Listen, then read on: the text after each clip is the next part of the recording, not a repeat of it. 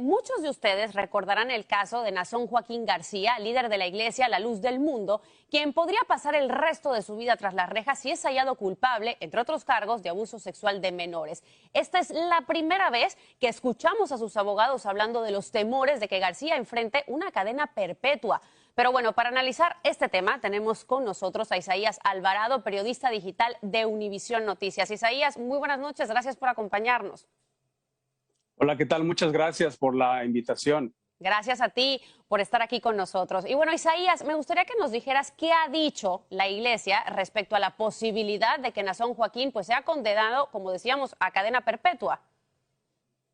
Así es, la Iglesia, que asegura su dirigente es víctima de una injusticia basada en calumnias, ha reiterado varias veces que incluso que si él es condenado en una corte de Los Ángeles, seguiría al frente de esta institución porque su apostolado, dicen ellos, es intransferible, es decir, para ellos seguiría siendo el único representante de Jesucristo en la tierra. Por su parte, Nazón Joaquín parece no estar dispuesto a ceder el control de su congregación con más de 1 millón de miembros, y él sigue dando órdenes a través de cartas que redacta en su celda en una cárcel en el centro de Los Ángeles, y también dando órdenes a ministros de su congregación y a miembros de su familia que ahora fungen como una especie de mensajeros. Mientras esto sucede, el único hijo varón de Nazón Joaquín,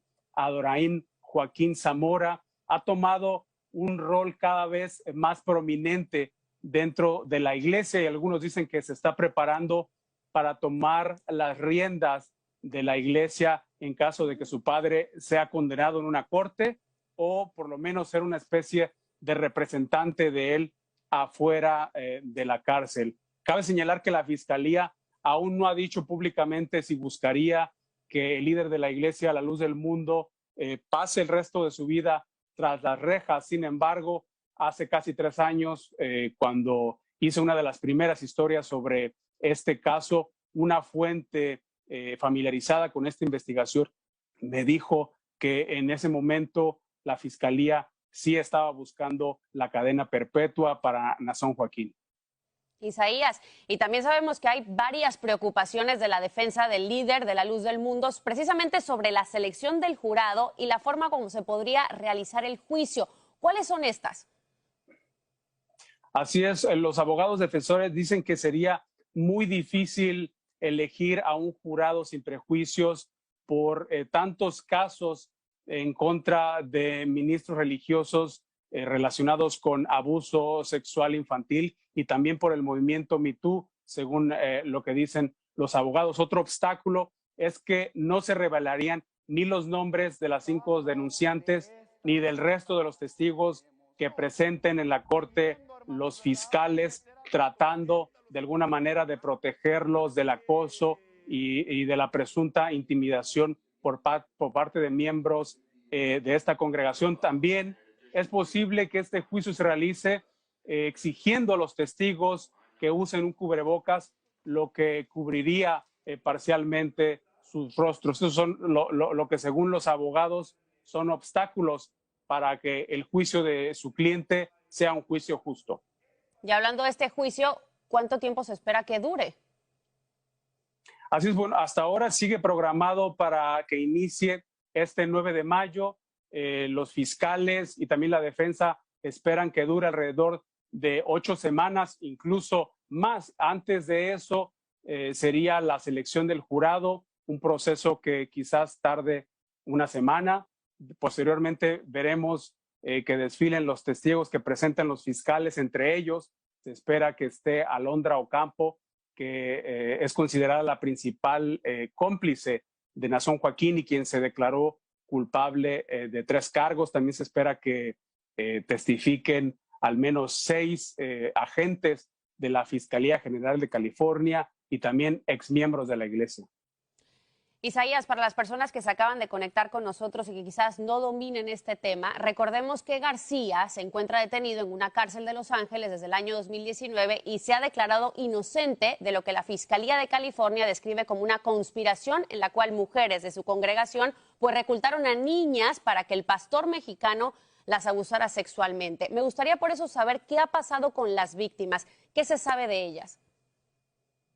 De las víctimas se sabe muy poco. La Fiscalía ha hecho un buen trabajo protegiendo sus identidades y también el juez ha prohibido que se revelen los nombres de ellas.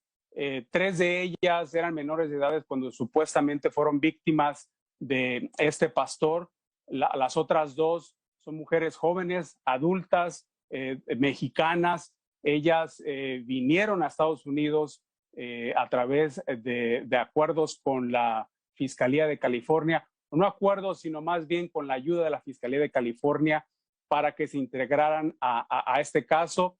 En un principio eran 4 mujeres las que denunciaban a Naasón Joaquín, ahora son 5. La última se dice que está relacionada de alguna manera con la familia del líder de la congregación. Perdón, es Jane Doe 4, la número 4 es quien estaría relacionada o sería familiar de Naasón Joaquín, pero no se ha revelado más información sobre ellas. Lo que yo tengo entendido es que la Fiscalía las tiene en un lugar especial para tratar de protegerlas de alguna manera del acoso y la intimidación de la iglesia. Hay que recordar que hace unas semanas los fiscales que están llevando este caso dijeron que ellos fueron intimidados por miembros de la congregación, incluso dentro de la Corte Superior del Condado de Los Ángeles. Es decir, para ellos ni siquiera un lugar donde hay que pasar 2 filtros con revisión policíaca y detección de metales, ellos dijeron sentirse seguros del acoso de esta congregación religiosa.